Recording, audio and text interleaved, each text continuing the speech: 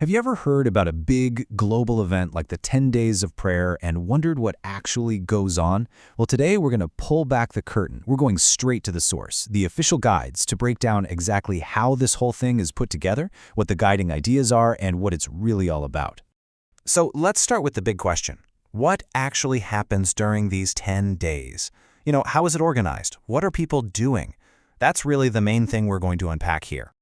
Okay, so at its heart, the guide itself describes this as a super-structured worldwide prayer initiative. But what's really cool is its design. It's not just one big meeting. It's built on 3 different levels of engagement: your personal time, your small group, and then the bigger community. So, first up, a global prayer event. Let's really dig into the core components, the building blocks for the whole 10 days. And this is where you really see the daily rhythm come to life. The guide doesn't just say, hey, go pray for 10 days. No, it's way more intentional. It breaks every single day down into 3 distinct parts, which we can think of as the 3 daily pillars. And here they are. This 3-step flow is pretty much the engine of the whole event. You start with yourself, with that individual reflection. Then, you move into this cozy, intimate circle with family or friends. And finally, you all come together in a larger group with the church community. It's a really smart flow that kind of moves from the inside out.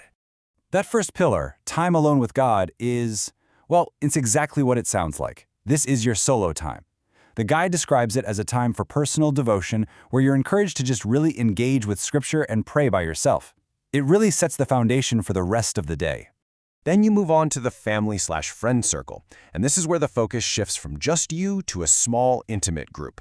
And I love that the guide is really flexible here. It says it's for whoever you count as your family. It's all about sharing and worshiping in a safe, trusted space. And that brings us to pillar number 3, church family, which, as you can guess, zooms the camera way out. This is a daily meeting in the evening that pulls everyone together. The congregation, maybe some neighbors, friends from the community.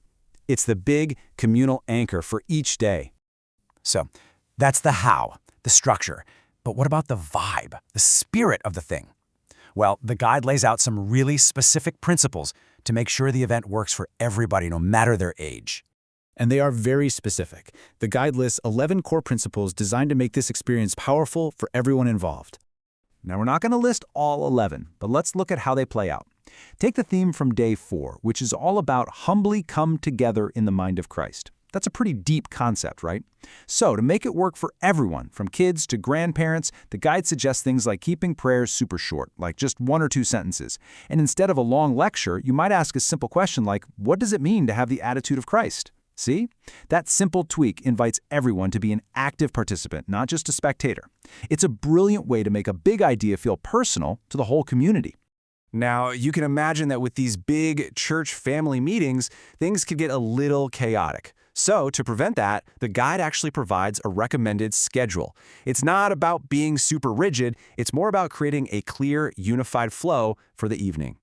So a typical evening kicks off around 6 p.m. with that light supper we mentioned, which is all about fellowship.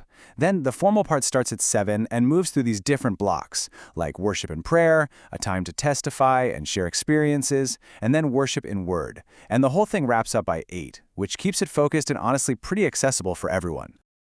And all of this brings us to the real heart of it, the why. Why do all this? What's the ultimate goal here? Well, according to the guide, these 10 days are not actually the final destination. Right, so this is the key takeaway. The 10 days of prayer are very intentionally framed as a beginning, not an end. Think of it like a spiritual launch pad. It's designed to be this intensive time of focus that shoots you into something more. I mean, you really can't get much clearer than this direct quote from the guide. It says the whole thing is meant to be a catalyst for mission to your community and to the world.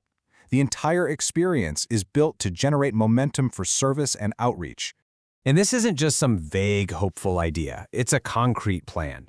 The guide actually tells leaders to schedule a what's next meeting for right after the 10 days are over. This meeting is specifically designed to take all that energy and inspiration and turn it into real, practical action plans. So to wrap this all up, what we're looking at is a really intentional, carefully structured global event. It's built on that 3-part daily rhythm: personal, family, and church. It's guided by these clear principles to get everyone involved. And, maybe most importantly, its ultimate purpose isn't just the event itself, but to act as a powerful catalyst for mission. And that really leaves us with the final, most important question, which is the entire point of the event according to its own guide. The question isn't what happened during the 10 days, it's what comes after. What action, what mission, what change gets sparked? And that's a question left for every single participant to answer.